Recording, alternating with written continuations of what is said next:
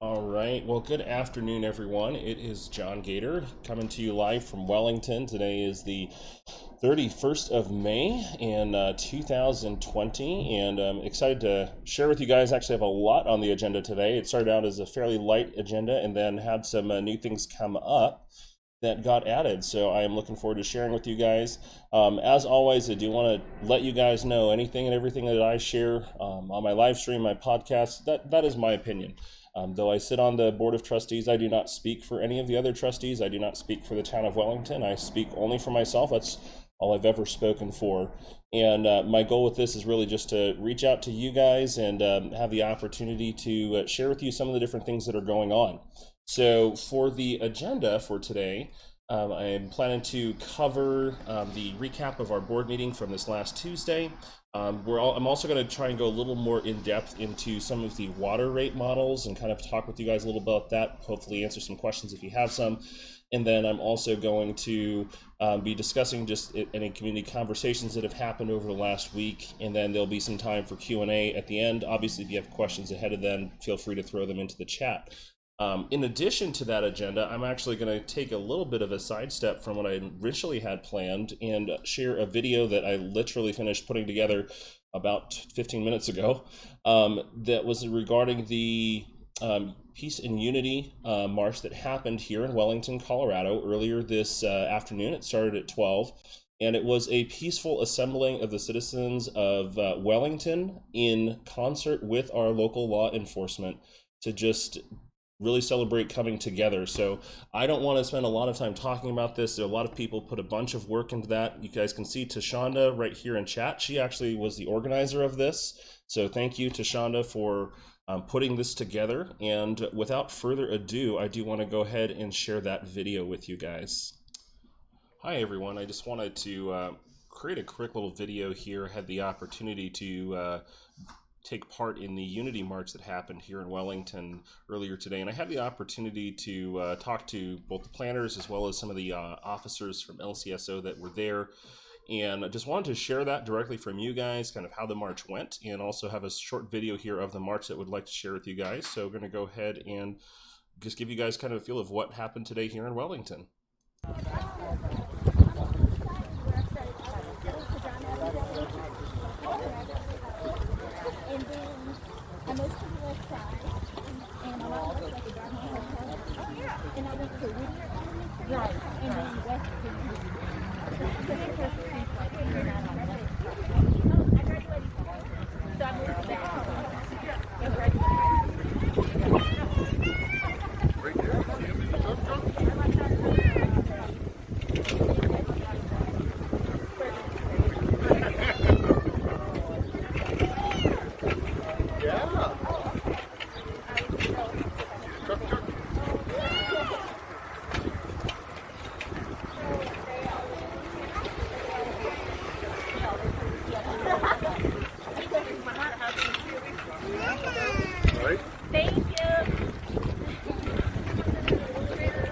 Thank you. You're welcome.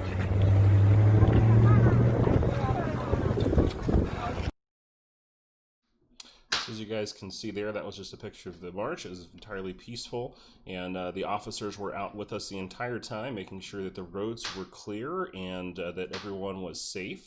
And want to give you guys a chance to hear from some of the founders of setting this march up as well. Hey guys, it's John Gator. I'm here with the planners for the Peace and Unity March that we had today in Wellington, Colorado, and we'd just love to get you guys' thoughts on kind of what we did today, and I'll let you guys take it from there. Well, I would just say, man, this was massive. It turned out way better than we expected. We didn't have any issues with people being crazy out there, and we had support from the police, the local police officers. So we're really surprised how it turned out. We feel the love in Wellington. I'm not gonna lie, I was really skeptical at first, but like we feel it now, you know. So I really feel like I'm at home here in Wellington.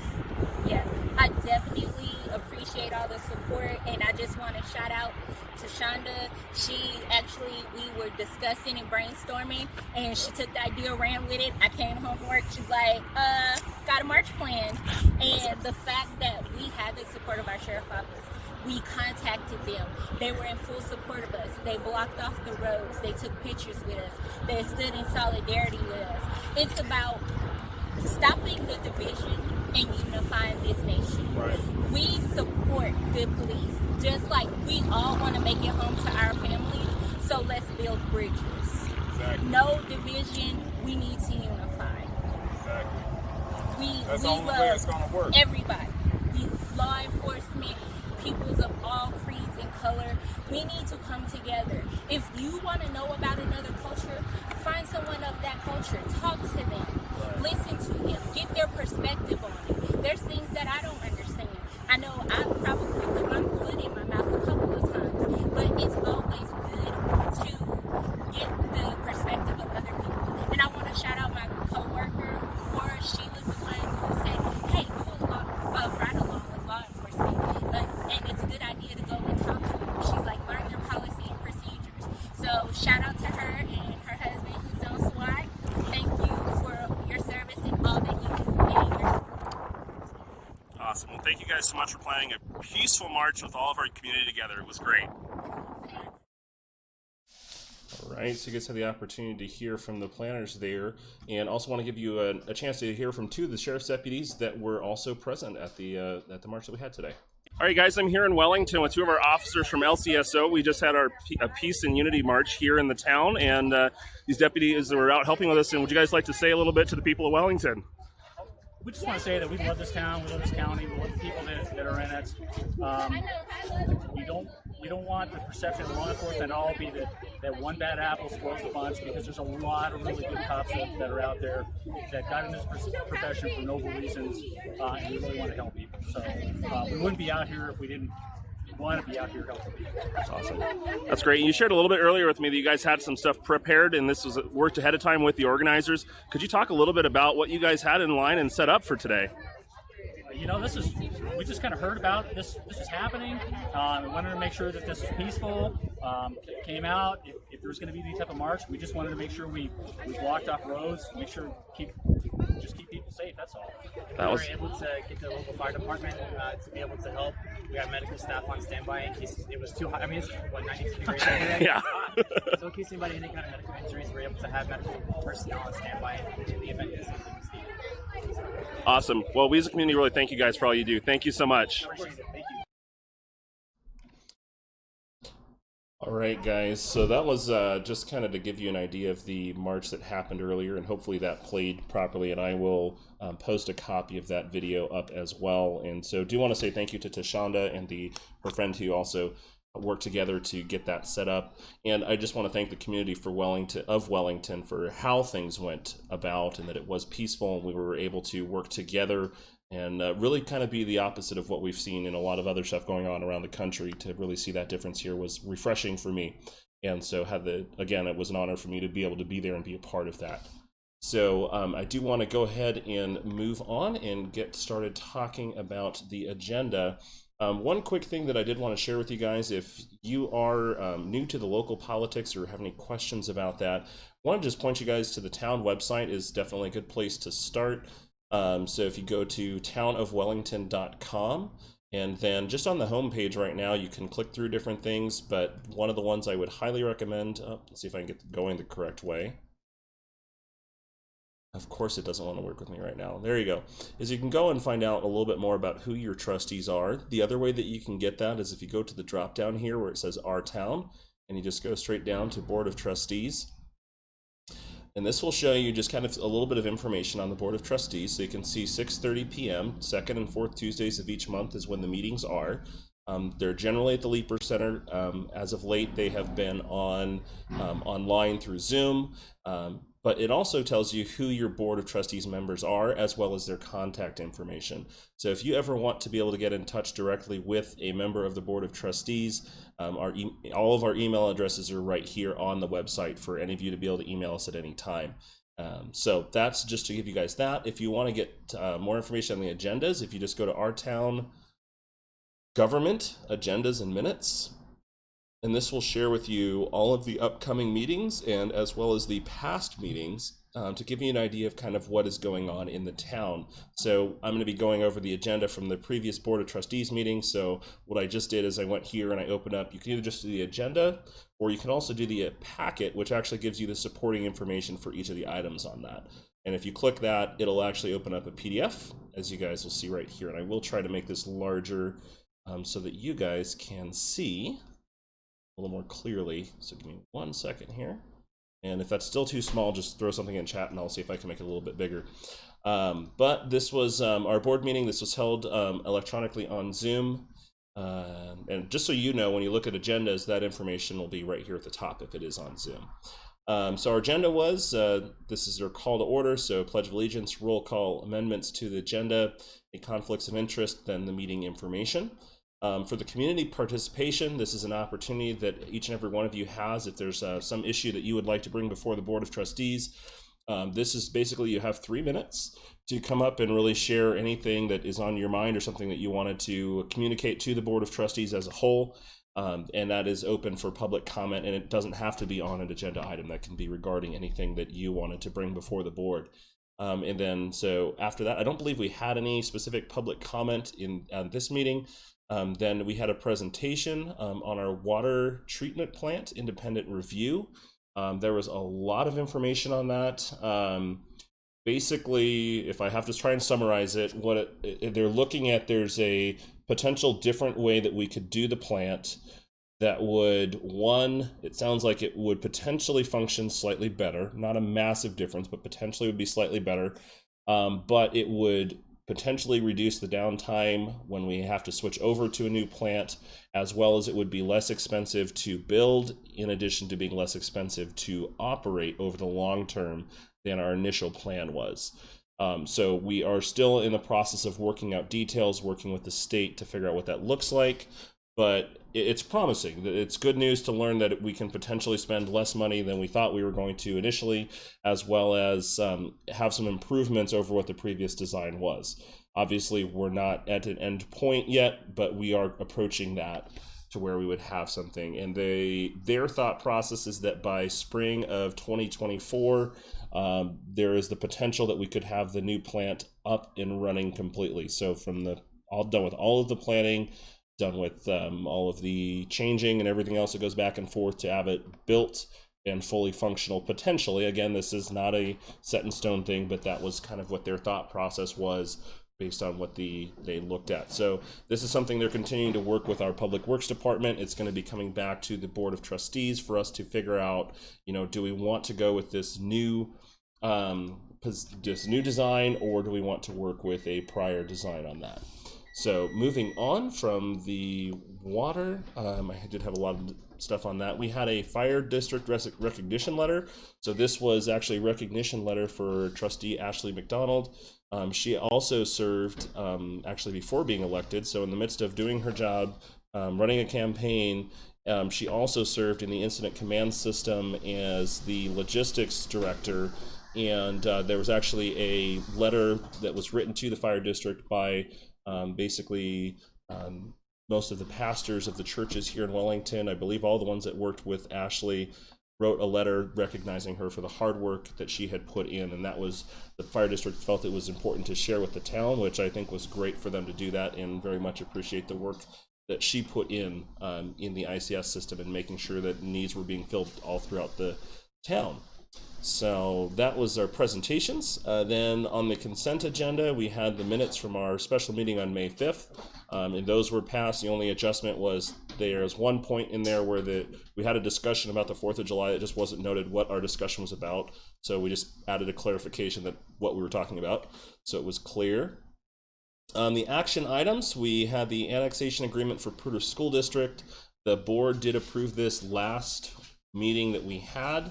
And this was just staff letting us know that they're working with Poudre School District to work out details and exactly what that's going to look like moving forward. There may be some adjustments, and potentially, we don't know yet what those adjustments are, but that may be coming back for the board to approve. But this is in regards to the property for the high school and getting everything finalized for that. Then we had a utility rate follow-up. I am going to touch base on this after this agenda item, but we had a fairly significant discussion going through what is happening with the policies and what do we do, what are our options, what happens if we don't change the water rates, what happens if we do change the water rates, what amount do we need to change them based on.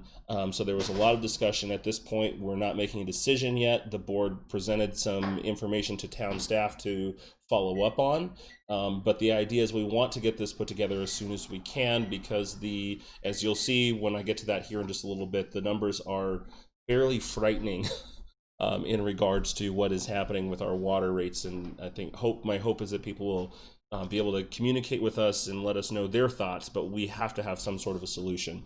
And so the one thing that I would say is that for yourself or for anyone that you know, please do communicate with your town officials, whether it's myself or someone else, and let us know what your thoughts are and your concerns are, so that we are hearing from you as we're trying to figure out what the right direction for us to go on this is. Then following that, we had the downtown business support, and what this item is in regards to setting up basically, I guess right now what we're looking at is expanding, allowing the restaurants downtown or businesses. It's not strictly to businesses, or strictly to restaurants, excuse me, but open to any of the businesses downtown, to work with them to allow them to push outside of their doors onto the sidewalks and to expand their seating area or their place of business as needed, because we are allowed to reopen restaurants and businesses, but there are a lot of restrictions in place in regards to how many people can be in attendance or how many people can be there, and that it has caused problems specifically from the restaurant standpoint, where you may have a lot of people that want to come and eat at the same time. So what the board approved was that the town staff could have a process in place of basically creating a permit. It's, from what I understand, they're not charged for that permit. It's basically just showing, here's our plan, here's where we're going to be doing, here's our setup, and then they work with town staff to get that all approved. And then there was discussion, because there would be additional action that needed to be taken as far as liquor licenses are concerned. That was pushed later in the meeting to the liquor license board that we had, but we did approve the downtown business support. We approved for the businesses to be able to go through this, to start this process, and for town staff to basically approve them to be able to operate their business out on the town right of way and into those sidewalks, which is something I'm very happy to see, and I'm hoping that this will actually be a huge benefit for our local businesses to have that option. So that was our business support. The next item we had was the Larimer County Small Business Loan Loss Reserve Fund Agreement. And this was an interesting topic. It was, for myself, I spent multiple hours trying to pour through the documents and understand what was going on with this.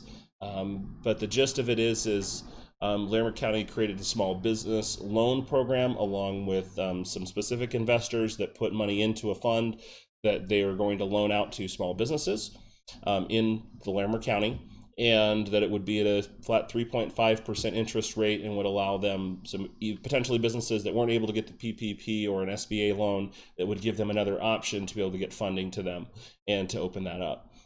And I think that's fantastic. I think that's a great program. I'm very glad to see that's happening. And then what they also created was a loan loss reserve fund, which would basically, when a loan defaults or they're not paid back, that loan loss reserve would act in a similar way to the SBA, is how it was explained to me, and would refund that money to the investors that they would have lost out on that loan. And so there was a lot of discussion around that. I know myself and some of the other trustees did have some concerns and questions that we brought up, and ultimately when that was voted upon, we were missing one trustee, so we only had 6 of us at the meeting. It was 3 for and 3 against, and so that motion did not pass. So Wellington will not be participating in the loan loss reserve fund. That does not mean that that loans are not available to our businesses, but it did mean that we as a board chose not to participate in the loan loss reserve portion of that program. And again, if you have any specific questions, because I was one trustee who did vote no on that, I would be happy to answer those questions. You feel free to reach out to me, and I would love to give you my thoughts and opinions and the reasons why I voted the way that I did. So if you do have questions on that, please feel free to reach out to me and let me know. The next item was emergency power generators for electrical work, and this was emergency generators for our water plants, which is very important. And basically what town staff, this is already in the budget, but they came to us asking for approval to spend the funds to have a company come out and start the electrical work to get those generators put in and installed. And so we had some conversation discussing the specifics and a couple of questions in regards to the type of generators they were using and why they chose those ones. And ultimately that was approved by the board to go ahead and purchase those generators. Item number 6 was town clerk code changes, and there's, I guess, a lot of background on this one, but the short of it is that long ago, Wellington had just a town clerk but no town administrator, and then at some point in the past, there was a change made to the code that combined that town administrator and town clerk position. And so that it was now one position. So you had the town code or town clerk / a town administrator. And it come to be that the feeling was that that was a lot that is now required of those two positions, and that it would be better to separate those positions and have a town clerk and a town administrator. So just to separate out those two positions as two completely separate positions. And so we did approve changing the town code to have those two positions now separate instead of one combined position. And then we had resolution 17-2020. That was appointments to the Wellington Housing Authority. And we also had appointment to the Board of Adjustments as well. I believe that was part of that. And that was approved as well. And then resolution 18-2020, that was item number 8. We had street closures for the 4th of July. And so that's a resolution that we have to pass that can then be sent on to CDOT in the event that we do a 4th of July parade or any events like that. We have to have that resolution. So that's what that resolution was, and that was approved by the board. That was all of the resolutions. From there, we moved into a liquor license review board. We did have 2 restaurants that were on there for review. The issue we realized is that they're in the approval of the online meetings, we are not allowed to address quasi-judicial issues in an online forum. Those have to be handled in an in-person meeting. And so with this meeting being on Zoom, those were pushed to a separate meeting. My understanding is we're potentially going to be holding a separate special meeting hopefully sometime early this coming week or whatnot to make sure we get those liquor licenses approved. Also in this portion of the meeting, there was brought up the discussion of whether the board would approve in conjunction with the downtown business support, which we did approve. There's also a need to approve the liquor license expansion. So basically to allow the liquor license for those businesses who operate restaurants to go beyond their walls of their business onto the sidewalks and that right of way that they're now going to have as an expanded business area. And so the question was brought up, well, could we allow town staff to take on that role of just approving those amendments to those liquor licenses? And so that was brought to the board for a vote. That again had a vote of 3 trustees for and 3 trustees opposed. So that motion also failed. And all that means is that we as the Board of Trustees have to approve those liquor license changes. That's it. It was not that we don't want businesses to be able to do that. It's not that we don't want them to be allowed to move beyond their premises. It was simply that we don't feel comfortable giving that authority in that decision-making process over to someone else that is ultimately our decision. We would prefer that remain with the Board of Trustees.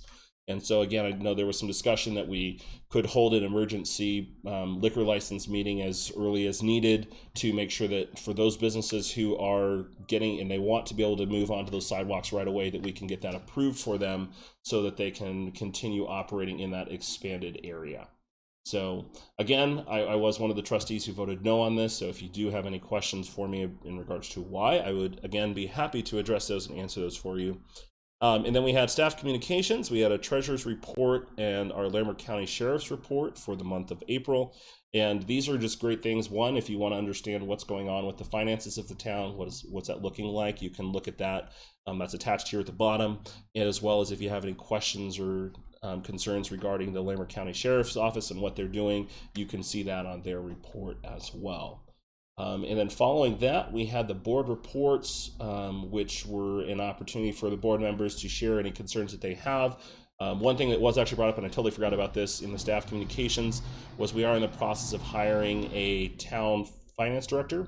And so the board at the time approved our the ask from our interim town administrator, Kelly, was would there be board members who would like to be a part of those final interviews for that town finance director position. And I said that I would be happy to do that and be a part of those interviews. And then the board also selected John Jerome, who was not present at the board meeting, to attend those interviews as well if he is able to. So we'll have kind of a board representation on those interviews. And then that person would come before the full board once that process has finished up with hiring someone. And then trustee Rebecca Kinney did have a couple of requests. She's requested that we give people more time to put comments in the online meetings, and maybe just making that window of public comment open a little bit longer in case someone did have a comment they would like to make. And then she also had the request that we do recruit a new economic development director as soon as possible, just because we did lose Michelle Vance, who has been serving as our economic development director this last week, as she's moving on to work with, I believe, the Chamber of Commerce in the town of Windsor.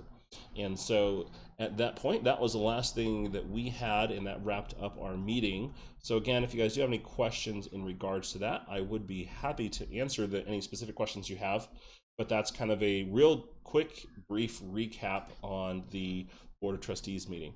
So the next item that I did want to cover and try to explain a little bit as I understand it, and again, I'm still trying to wrap my head around everything, is the water rate study.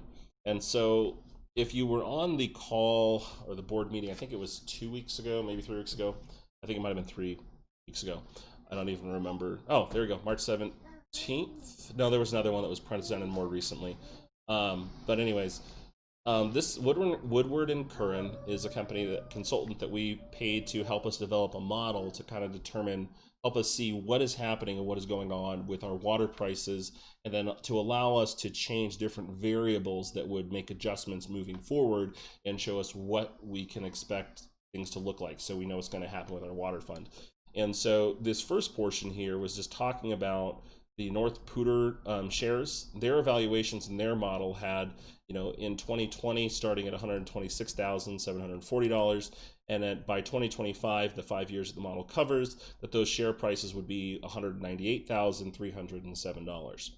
Well, the current rate as of this month is $205,000. So you can see that our 2020 price is far above what even they had anticipated the 2025 price. And this number, I don't understand exactly how it works, but it actually goes into the we have a certain amount of water that we're allowed to buy by contract, but then there's another portion of water that we use that's far over that because our town has grown over the years. And this number here actually factors into that extra water that our town has to buy. So the higher this number is, the more expensive it is for us to purchase water to utilize. And so that comes into effect with what our expenses and our costs are going to be. And so if you were at the first meeting, you'll remember this chart here, which was our recommendation from our consultants originally. And so to give you an idea of what things look like, this blue bar that's vertical is our fund balance. I think that's blue. I could be wrong, but I am partially colorblind. So if I'm wrong, you're right. It's all good. This red number is our total policy, our reserve policy. So there actually are policies in place of what we have to keep our reserves at within our funds. And those are policies that we as a town have to abide by. And there's a lot of areas that factors into, but the bottom line is those are set in place and we really can't change them. Well, I won't say we can't. We can. It's not easy, and it's not necessarily a good thing for us to change those policies. And so what you can see in the water fund is our reserve policy says we must be right around $4 million. We a little slightly above if you look here, but we're not really allowed to drop much below $4 million in our fund balance. And so what you'll see here at the top, you can see the monthly fixed charge. This number here is unchanged whether you use water or not. So if you are a water customer of the town of Wellington and you don't turn on water a single day of the entire month, as of 2020, you're going to be charged, well, as of right now, May 31st, 2020, you'll be charged $18.86. Then, when you look in the tiers, you look at how much you pay. I want to say this is per thousand or something. I don't remember the exact amount. Per whatever unit that is described, you pay $3.65 in tier 1. If you're like myself and my family, which very few residences are, they said very few residents actually get into tier 2. Me and my family are one of those few. You pay $3.93. If you pop up into tier 3, you pay $4.94 per whatever that. Again, I don't know exactly what that measure is of what your charge is, but you're guaranteed this base number here. So you'll see they say starting in 2021, we see a jump from $18.86 to $35. So it almost doubles right here. And then we're going to see a monthly fixed or the increase of 25%. Okay, so we're seeing from $365 to $456, from $393 to $570, and from $494 to $772. And you can see that those numbers continue to go up. The second year goes up by another 25% here. We see a 20% raise in the fixed charge, and then we see a 10% raise and a 5% raise in 2023, and then we're able to keep those numbers static in 2024 and 25. And as you can see here, there's a little bit of a dip below our fund policy, but you can see right here we're at about $3.5 million is as low as it gets. So we're still in pretty good shape. This was factoring, and if you look at this line down here, this is the surplus or deficit. So you can see this is 0, so we're losing like $1 million here in 2019. You can see that drops to we lose over $2 million in 2020. As you can see, the drop from $8 million to below 6. We are back at about another $1 million here in 2021. We're getting closer to 0 in 2022, and when we pass 0 in 2023. That gives you guys an idea of what that looks like. These were the 3 scenarios that they proposed. This first one is I actually specifically requested, can you please give us a scenario if we change nothing? What does it look like if we keep our current water rates as they are? Scenario number 2 is, what if we put in place this plan here, but we look at what the current prices of Pooter are to be more realistic to what we're actually spending. Scenario number 3 was an updated step price increase. This will put the town out of compliance with fund balance policy until 2025. And then scenario number 4 increases the rates to ensure that we stay within fund balance policy. And you're going to see there's a pretty stark difference between all of these ones. Okay, so number 1 option, if we change absolutely nothing. There was the volumetric increase. He wasn't able to take that out, but that's not the major cost of your water. It's actually this monthly fixed charge. So as you can see, we have here in 2020, we're down to that 4 million. We're at policy limit. 2021, we're under 2 million, and 2022, our water fund is now negative. Our water fund is bankrupt. 2023, it gets worse. 2024, it gets even worse. And 2025, we're talking about a fund balance of over 8 million, almost $8 million. So if we look here, there's a cash flow analysis. You can see the numbers. Their fund balance, so 19 is 8 million, 4 million, 1.5, minus 1.5, and you can see here's the total cost. So the higher with this brackets, that means negative. So you can see we're negative 3 million, negative 2.8, negative 2.9, negative 2.1, negative 2.1, negative 2.2. So by 2025, our water fund is $7,833,744 negative. So that means that basically the water fund goes bankrupt in 2022, and it just continues to go down from there. To give you guys some perspective, I think our entire general fund budget for the entirety of the town, excluding water, is somewhere on the range of $7 million. And we're seeing the entirety of that by 2025 is just the negative balance in the water fund. So literally, if we do nothing, what we're going to see is that we're going to see the bankrupting of the town. So as we look at things, I don't think that's really an option for us to follow. So you can see here, this is with the consultant's recommended rates, but this brings in and incorporates what those changed prices would be.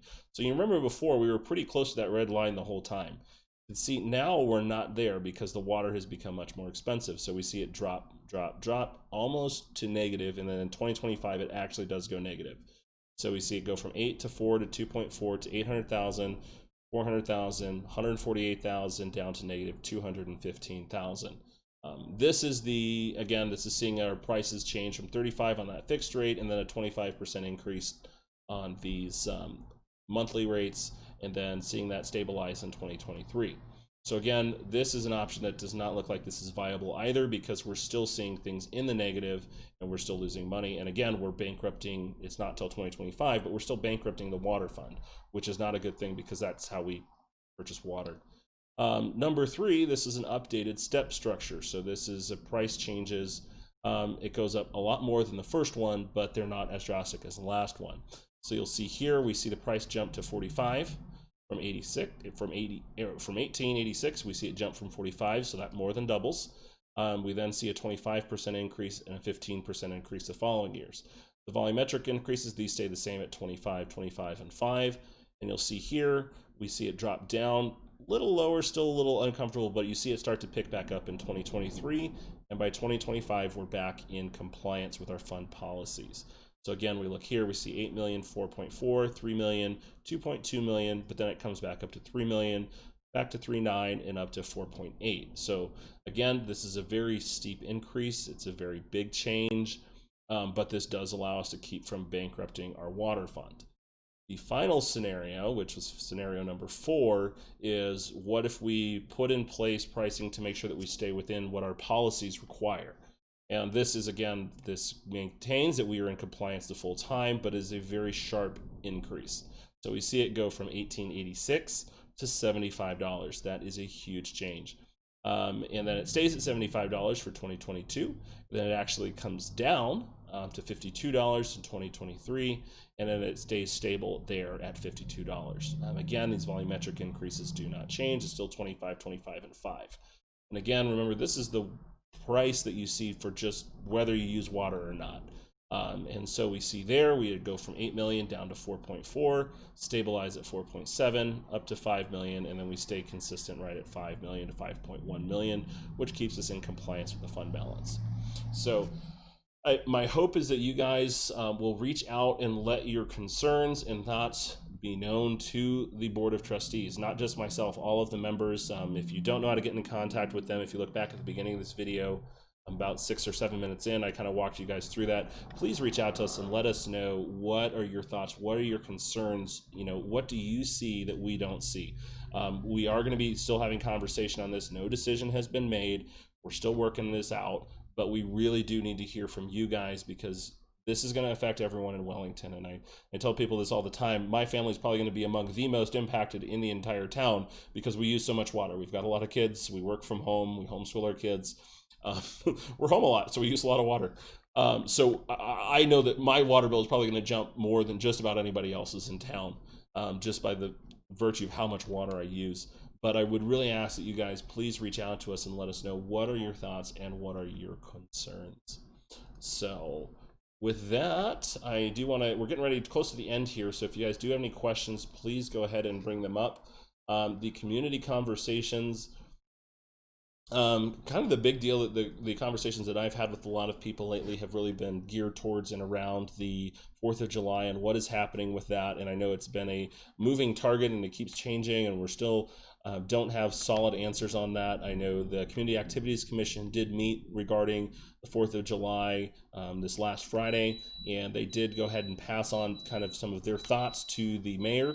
And my guess is that hopefully within this next week, we'll be working out, what do we want to do and what are we comfortable doing as far as the 4th of July and what that will look like moving forward. So my hope is to get those answers out to you guys. And with that, a couple other things I did want to share with you guys. I have talked to 2 people so far, and am going to be starting, actually I think this coming Sunday, I will be having guests who are running for Larimer County Commissioner. that we have 2 district seats open this year in our election, and I am going to actually be giving them a couple of minutes to talk at the beginning of the show and just share with us what is going on, what they stand for, and what they're about.